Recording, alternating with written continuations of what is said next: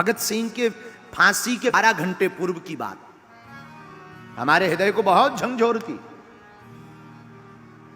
भारत के वीर सपूत भगत सिंह,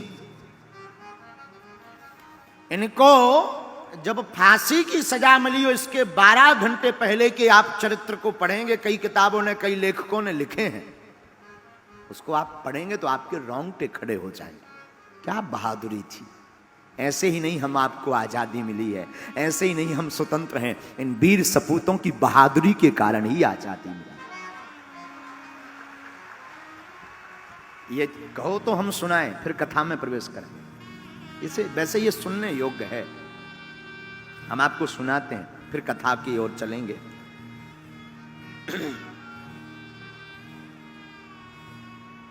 भगत सिंह, सुखदेव और राजगुरु तीनों लाहौर के सेंट्रल जेल में बंद थे।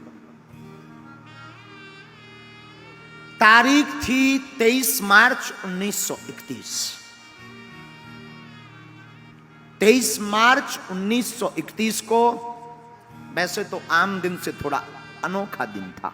क्यों? उस दिन रात को प्रकृति ने बहुत उपद्रव किया, आंधी चली, तूफान आया और सुबह वातावरण थोड़ा शांत हुआ। इन तीनों वीर सपूतों को फांसी मिल ली थी,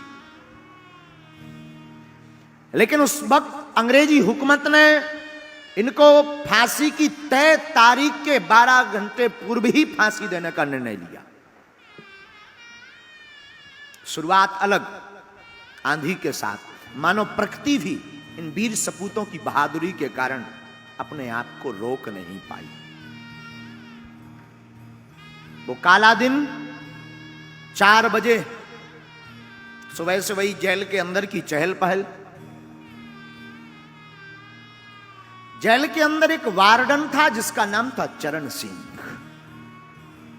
चरण सिंह ने सभी कैदियों को आवाज लगाकर कहा, सभी कैदी अपनी अपनी कोठरी में चले जाओ तुरंत। आज सभी कैदी चौंक गए कि इतनी जल्दी कोठरी में जाने की आदेश क्यों आया है। वार्डन चरण सिंह ने कहा, यह ऊपर से ऑर्डर है, इस पर हमें कुछ नहीं पता है, तुम सब कोठरियों में जाओ। सभी कैदी भयभीत होकर के सहमे हुए अपनी अपनी कोठरियों में चले गए। उसी समय जेल का नाई, जिसका नाम बरकत था, बरकत लुकता छुपता फुसफुसाता हुआ हर कोठरी के बाहर फुसफुसाता हुआ चला आ रहा था। उसकी आंखें कुछ बोल रही थी, उसकी आंखें कुछ कह रही थी। वो आंखों को बार बार नीचे झुका रहा था, अपने आप को वो संभाल रहा था। फुसफुसाते हुए उस बरकत नाई से एक कैदी ने पूछा, क्या बात है, आज इतनी जल्दी क्यों बंद किया गया हम सबको, क्या कारण है? तो बरकत नाई ने कान में जाकर के कहा, पता है, आज रात एक दिन पहले ही भगत सिंह, सुखदेव और राजगुरु, इन तीनों को फांसी दी जाएगी। कैदियों की आंखों में आंसू आ गए, सबकी आंखें नम हो गईं। उस वक्त पंजाब के कैदी ने बरकत नाई से कहा, क्या तुम भगत सिंह की कोठरी तक जाओगे? क्यों? जाओ, और जाकर के भगत सिंह का कोई सामान मिले, कोई पेन मिले, उसका कपड़ा मिले, उसका शीशा मिले, तो हमारे पास जरूर लेकर आओ। तो नाई ने कहा, क्यों? क्यों? ताकि वो सामान मेरे हाथ में रहेगा तो मैं अपने बच्चों को बताऊंगा, मैं अपने परिवारजनों को बताऊंगा कि ये भगत सिंह का पेन है, जिसने बहादुरी के पीछे प्राण दे दिए पर वो कभी झुका नहीं। वो कभी झुका नहीं राष्ट्र माता के लिए। बरकत नाई भागा भागा कोठरी में गया, और कोठरी में जाकर के, बड़ी कठिन जिंदगी है। बरकत नाई देखता है कि एक छोटी सी कोठरी जिसका नंबर है 14 नंबर की कोठरी में मानो एक सिंह यहां से वहां डोल रहा। सिंह की भांति भगत सिंह डोल रहे थे, चेहरे पर कोई शिकन नहीं, चेहरे पर मुस्कुराहट। वो छोटी सी कोठरी जिसमें पक्का फर्श भी बैठने को नहीं है, लेटने की ठीक से व्यवस्था नहीं, वो गठीला चौड़ा बदन। बरकत नाई पेन ले आया, कंघा ले आया और लाकर के कैदियों को दिया। आपस में लेने की होड़ मच गई, सब कैदी लड़ने लगे। बाद में लकी ड्रा निकाला गया, बरकत नाई निकल गया। 14 नंबर की कोठरी, उसमें सिंह की भांति हमारे राष्ट्र का एक बहादुर सिंह की भांति डोल रहा था।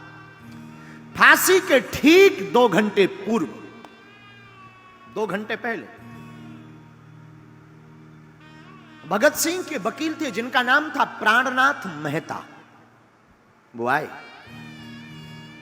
और उन्होंने आकर कहा, शेर तुम्हें पता है क्या, तुम्हारी फांसी की तारीख के 12 घंटे पहले ही तुम्हें फांसी दी जा रही है। भगत सिंह के चेहरे से मुस्कुराहट नहीं गई और वही सिंह से जैसी बुलंद आवाज में कहा, क्रांतिकारियों को तो मरना ही होता है, क्रांतिकारियों की तो शहादत ही उनका जीवन होती है। अच्छा एक बात बताओ, तुम हमारी पुस्तक लेकर आए हो कि नहीं?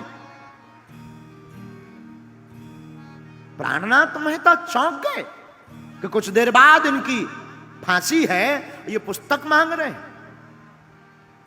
लाइब्रेरी से जो पुस्तक लेकर के आए थे वो भगत सिंह के हाथों में दी।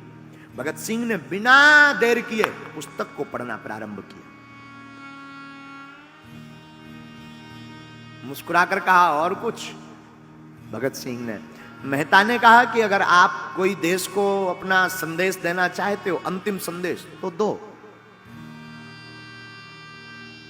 भगत सिंह ने बिना अपना मुंह किताब से हटाए हुए 2 संदेश दिए, साम्राज्यवाद मुर्दाबाद, इंकलाब जिंदाबाद। बस इतना कहकर के मानो ने कोई ध्यान ही नहीं, चेहरे पर कोई शिकन नहीं, मरने का कोई भय नहीं। सिंह को मानो ये पिंजरे में जरूर बंद है, पर इस सिंह को किसी का डर नहीं। जाते जाते मेहता को देख करके भगत सिंह ने कहा, सुनो, सुभाष चंद्र बोस को मेरा धन्यवाद कह देना, उन्होंने मेरी बहुत मदद की है केस में।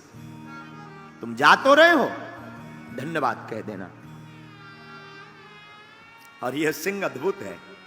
बहादुरी की बात हम आपको इसलिए बता रहे हैं, भगत सिंह की बात, कि बहादुर हो तो ऐसा हो। ये इतने बहादुर थे कि इनकी मां फांसी के पूर्व जब मिलने आई भगत सिंह की, तो मां का हाथ पकड़ करके कहा, मां तू एक वचन दे मुझे। मां ने कहा मां को, बेटा क्या दूं? मां जब मेरी फांसी लगे तो तू मत आना।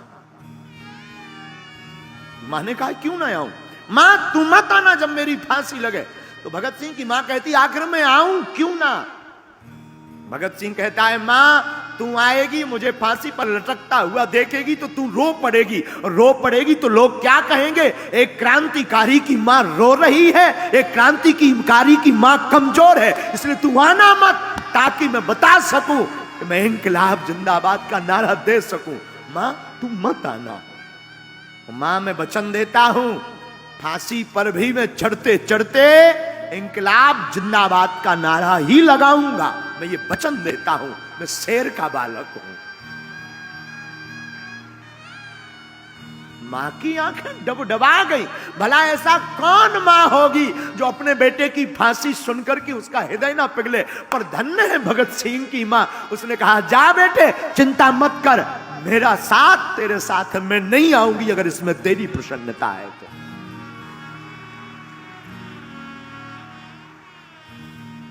ये बहादुरी की बात है मेरे साधुओं। मां को भगत सिंह मिले। मेहता जो वकील थे वो अन्य राजगुरु सुखदेव आदि को भी मिले।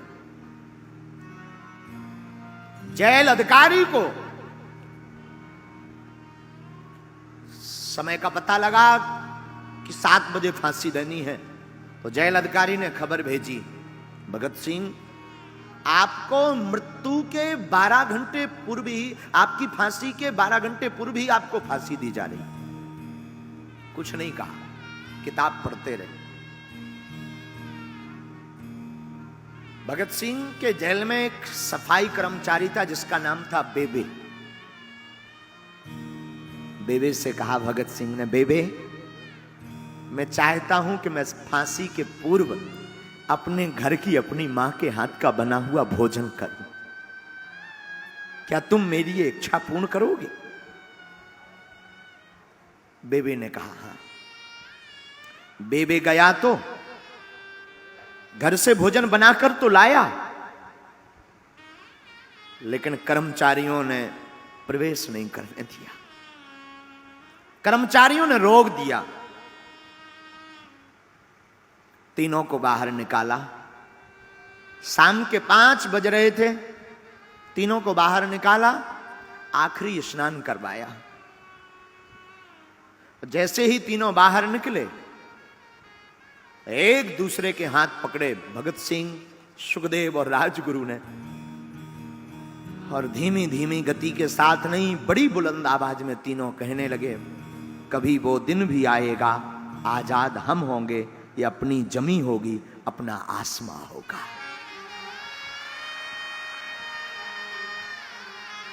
तीनों को फांसी के पूर्व आखिरी स्नान कराया गया,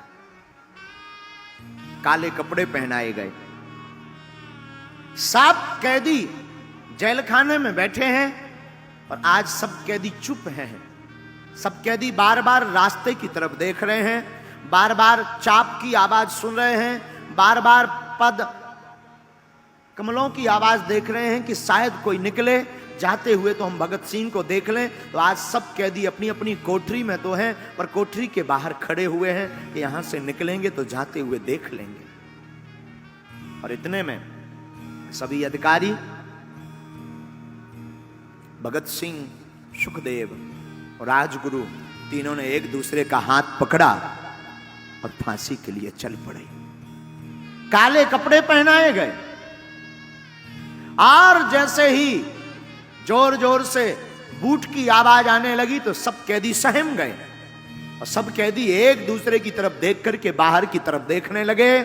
और हमारे भारत के शेर तीनों ने एक दूसरे का हाथ पकड़ा और डरे नहीं, सहमे नहीं, रोए नहीं, और तीनों हाथ पकड़ करके कहते हैं, सरफरोशी की तमन्ना अब हमारे दिल में है, देखते हैं दम कितना बाजुए कातिल में।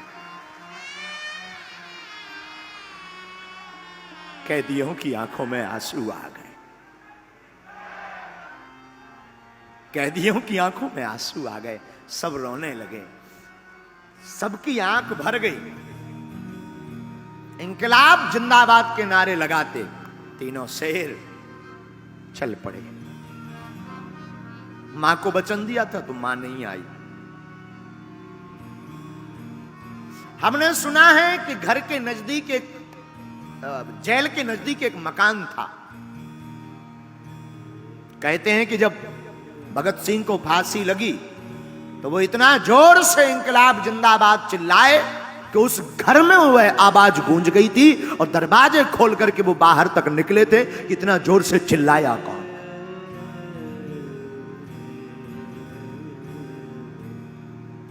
बहादुर हमारे भगत सिंह जैसे ही पहुंचे, वजन तौला, फांसी देने वाला जल्लाद लाहौर के नजदीक ही सहदरा से आया था।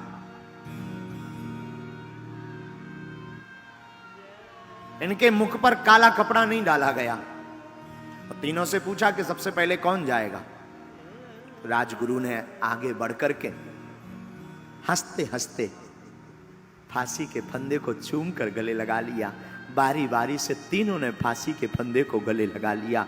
लेकिन वाहरे बहादुरों, वाहरे बहादुरों, न रोए न घबराए, इंकलाब जिंदाबाद कहते हुए भारत माता के लिए अपने प्राणों की आहुति दे दी।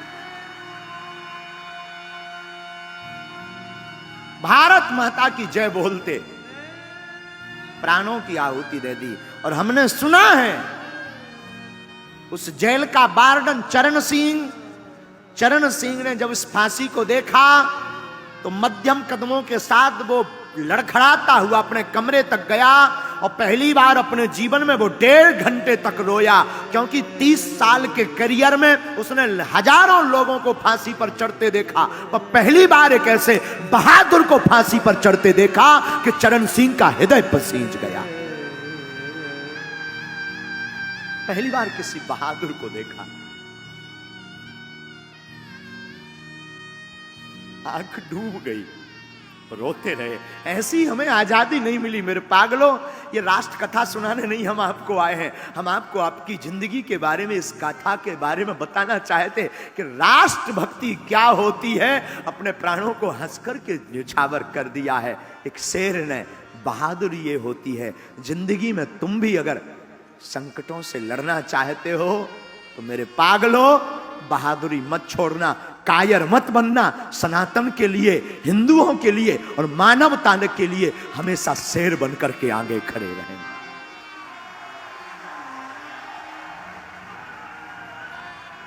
वरना वो दिन दूर नहीं, वरना तुम फिर से गुलाम हो जाओगे। हम दिल्ली में कथा करने तो आए हैं, हम हमेशा बोलते हैं पागलों हम कथा तो सिर्फ इसलिए कर रहे हैं कि ठाकुर की भक्ति और उनकी याद बनी रहे और तुम भक्त बन जाओ, लेकिन इसलिए भी कर रहे हैं कि हम सब हिंदू एक हों। बहुत जरूरत है, बहुत जरूरत है। इस भारत को स्वतंत्र करवाने के लिए ऐसे ऐसे वीर सपूतों ने अपने प्राणों को त्यागा है। अब इस अपने इस देश को फिर से गुलाम मत होने देना। राष्ट्रभक्ति से बड़ी कोई भक्ति नहीं है, राष्ट्रभक्ति सर्वोपरि है।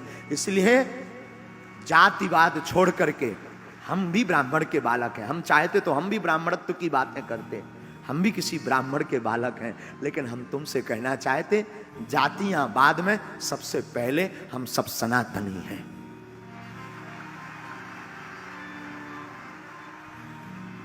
और इसकी शुरुआत आपको करनी पड़ेगी। धन्य है बहादुर भगत सिंह, धन्य है इनकी बहादुरी, धन्य है इनकी राष्ट्रभक्ति। ये झुके नहीं। जब ये अंग्रेजी हुकूमत के सामने नहीं झुके तो मेरे पागलों मैं तुमको निवेदन करूंगा, तुम भी धर्म विरोधियों के सामने झुकना नहीं।